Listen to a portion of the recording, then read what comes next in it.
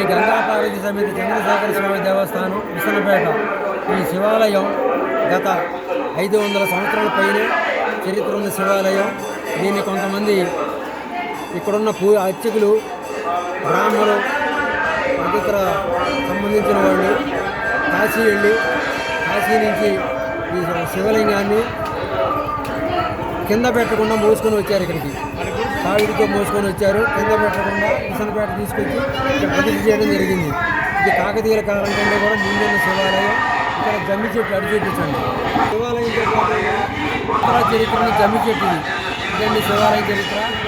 ప్రతి సంవత్సరం ఇక్కడ మహాశివరాత్రి ఉత్సవాలు 5 రోజులు రంగరంగ వైభవంగా జరుగుతాయి. కార్తీక మాసం 4 రోజులు రుద్రాభిషేకాలు, మాన్యాసపూర్వక రుద్రాభిషేకం, ఇంకో పూజలు జరుగుతాయి.